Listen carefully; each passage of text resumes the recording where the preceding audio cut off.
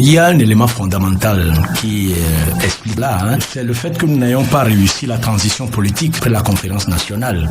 Si on avait réussi la transition politique, certainement que le général Eyadema ne serait pas revenu au pouvoir immédiatement. Et il pouvait peut-être revenir comme Kérékou est revenu, mais après un régime qui serait différent du sien et qui aurait pavé le chemin définitivement pour la démocratie. Or, nous sommes sortis de la conférence nationale. La transition s'est terminée quand de mer, qui s'est mordu la queue d'ailleurs, sérieusement.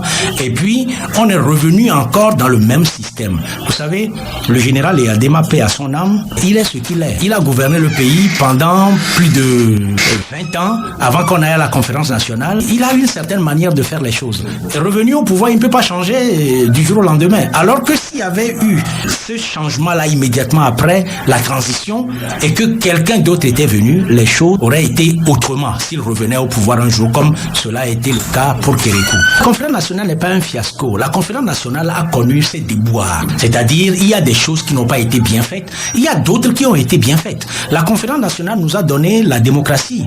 La transition, elle nous a sorti une certaine vision qu'il faut avoir du Togo. Le problème, c'est que les choses n'ont pas été suivies après. D'un autre côté, la conférence nationale a eu aussi ces dérapages qui ont fait que certains se sont sentis un peu menacés par les lendemains. Chaque chose dans le monde, chaque chose dans la vie a son bon côté et son mauvais côté. La conférence nationale a eu ses points positifs et puis elle a eu certains points qui sont négatifs.